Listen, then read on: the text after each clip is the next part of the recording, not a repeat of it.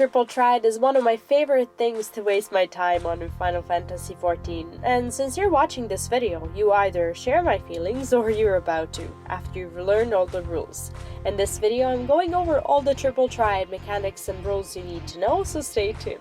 Also, if you're looking for all the ways to farm MGP and take advantage of the upcoming Make It Rain starting on June the 3rd, check out the guide in the pinned comment as well. My name is Ivona from momsdad.com, and if this is your first time on my channel, subbing is a good idea. I make simple FF14 guides that'll answer some of your questions in no time and give you some quick in-game wins.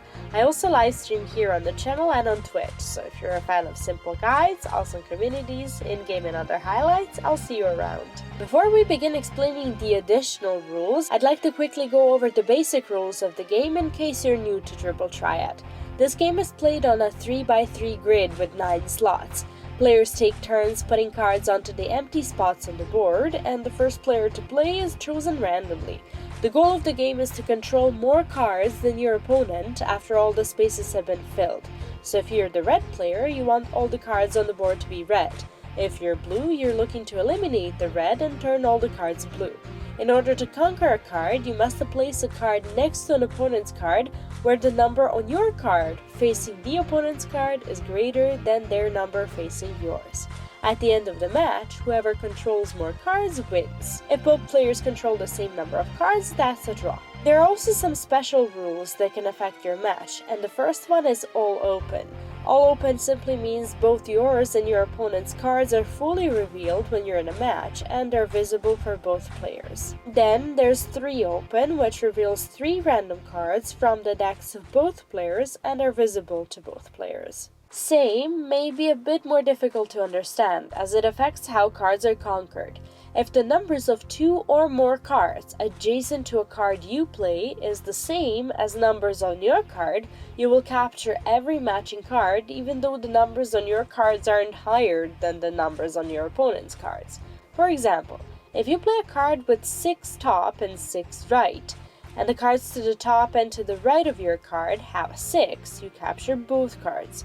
This rule also allows you to achieve a combo capture. If the cards you capture are adjacent to cards with smaller numbers on the neighboring sides, those cards will be conquered as well. It's also important to note that only one of the 2 or more cards needs to belong to your opponent for the same mechanic to take effect, so the other neighboring cards can also be yours. Sudden death will have you restart a match that ends in a draw. However, your deck will be made of the 5 cards you had control of at the end of the previous match, and the same goes for your opponent. Sudden death can occur up to 5 times, after which a draw will finally be declared. Otherwise, sudden death will end when one of the players wins. Plus affects how cards are conquered and also might be a bit tricky to understand. When plus is in effect, if the sum of a card you place and an adjacent card equals the sum of the card you placed and another adjacent card, you will capture every matching card. For example, if you play a card with 6 top and 7 right, and the card to the top has a 9 at the bottom, while the card to the right has an 8 on its left, you will capture both cards. This is because 6 plus 9 is equal to 8 plus 7. This rule, just like with same, allows you to achieve a combo capture. If the cards you capture are adjacent to cards with smaller numbers on the neighboring sides, those cards will be conquered as well. It's also important to mention that only one of the 2 or more cards needs to belong to your opponent for the plus mechanic to take effect, so the other neighboring card can also be yours. Random changes your deck to be made up of 5 random cards from your entire card list. Order requires you to play the cards in the order they appear in your deck.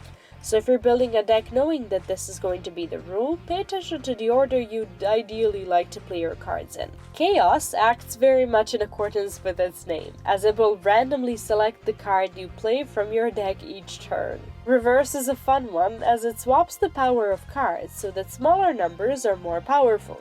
For example, a 2 would capture a 9.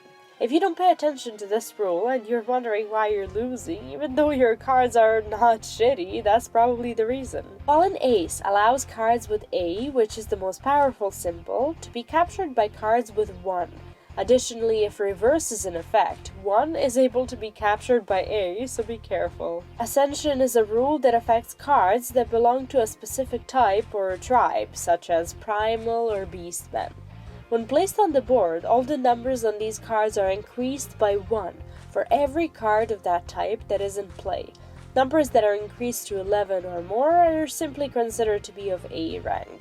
Dissension, however, decreases the powers of all sides of a faction when a card on that faction is played. This applies to all cards in both players' decks, and cards can't go below 1. Swap is the rule that switches one card between the player and their opponent at random at the beginning of the match.